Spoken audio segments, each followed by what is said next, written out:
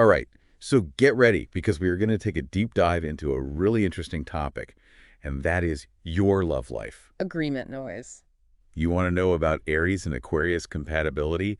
And let me tell you, this one already sounds intense to me. Well, and it's interesting that you say that because a lot of people find this pairing to have, well, passionate highs and then also some confusing lows.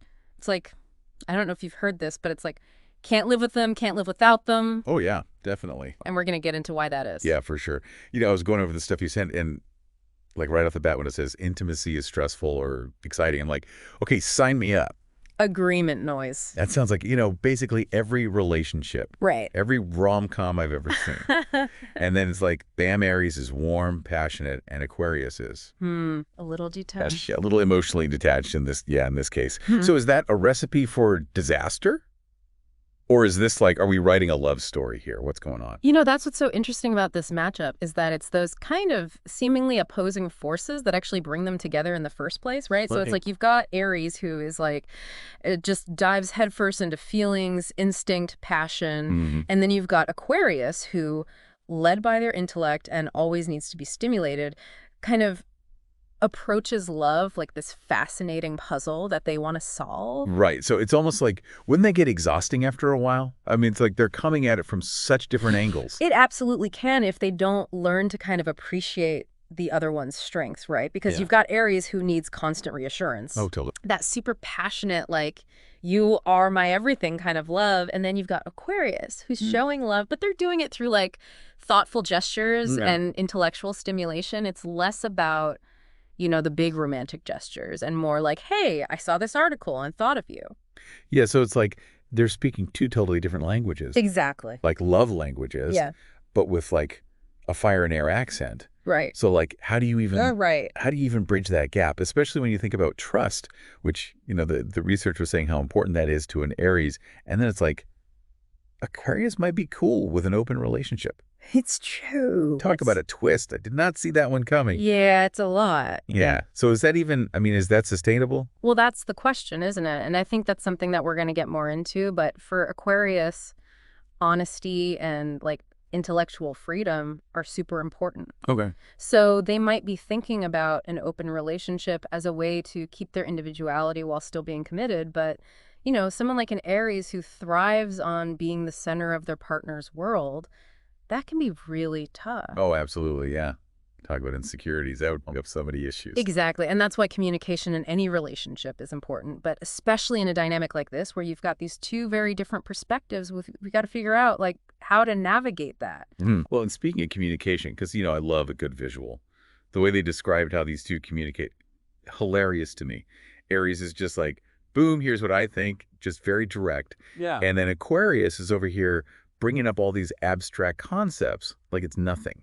Right, like it's totally normal. Yeah. So how do they even make that work? It's like, are we talking about a salad or a romantic relationship here? Right, because you'd never mix those two things. Never. But it's funny because, the research mentioned how Aries tends to put Aquarius on this pedestal at the beginning. Oh, yeah, for sure. Which, that sounds romantic. Yeah, like who doesn't want to be adored, right? Totally, but is it sustainable? Right, because at some point, the pedestal's got to come down. Exactly. And that's where things can get, I think, a little tricky for both of them because, Aquarius, as independent as they might be, they still have to remember, like, how their actions are going to affect their Aries partner. Oh, 100%. Yeah. Especially, early on when things are still new, emotions are high. Yeah. So you're saying, like, the more Aquarius plays it cool, the more Aries is going to be like, all right, challenge accepted. It's that classic push and pull, right? Oh, totally. Like, are you interested? Are you not? Yeah, but even for an Aries, they want to feel like, okay, I'm putting in the effort and it's being reciprocated. Of course. Everyone wants to feel like their efforts are being reciprocated. Nobody wants to feel like they're the only one trying. Exactly. And this is where it's like, okay, we love that they're both free spirits, but even that can become a point of contention, apparently.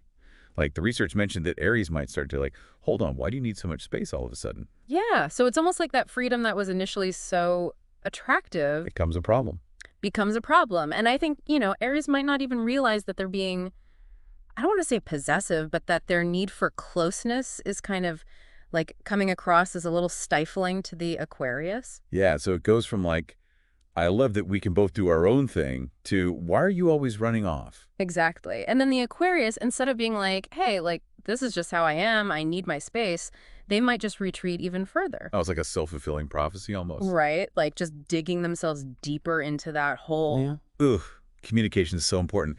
But like, how do they even begin to have these conversations? We've got an Aries who's ready to just like dive in head first. Yeah, no filter. None whatsoever. And then an Aquarius who's over here dissecting every single angle before they even like open their mouth. Right, and it's like they're speaking two completely different languages. It's like a comedy sketch waiting to happen. Yeah.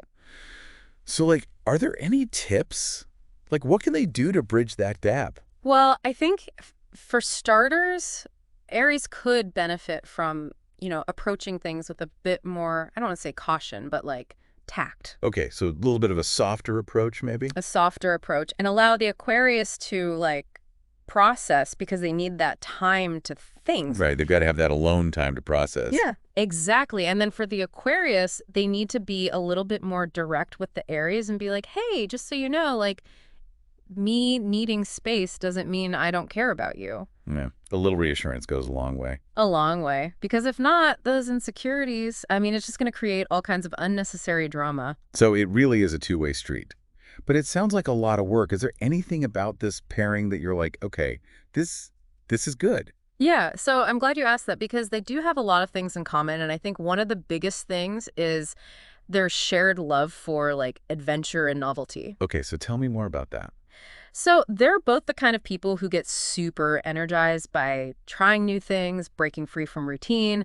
Like, picture them traveling the world together, having these really interesting debates, just like always keeping things fresh and exciting. Okay, so it's like their differences might attract them initially, but it's those shared values that really solidify the connection. Exactly. I mean, when you think about it, like, Aries brings the passion and spontaneity to the table, and then Aquarius brings like the intellectual stimulation and those outside the box ideas. So it's like they each bring something different, but those differences actually complement each other. Exactly. And that's the makings of a really dynamic and I think ultimately really exciting relationship. Okay, I'm starting to feel a little bit better about this, but let's not forget about the elephant in the room here. Or should I say the screaming room? Oh yeah, the screaming room. Like, what's the deal with this? So you're saying it's more about like setting healthy boundaries than it is about just like never disagreeing. Yeah, and I think that's important for any couple, right? Totally, yeah. It's like, you're not always going to agree, and that's okay. Right, and bottling it up is never the answer. Never. Okay, so back to our listener who wants to know, like, can this pairing actually go the distance, or is this like a recipe for disaster? Well, if I could predict the future, Right. I'd be doing something else. Yeah, you'd be on a beach somewhere. Exactly. But, all kidding aside, I do think this pairing has, like, the potential to be, like, a really powerful connection. Okay. But it takes work. Right. So what does that look like? Like, if our listeners out there thinking, okay, this is me, this is my situation, like, what are some things to keep in mind to make sure that they don't become, another statistic? Well, and we've talked about this a little bit, but communication is key. Communication is always key.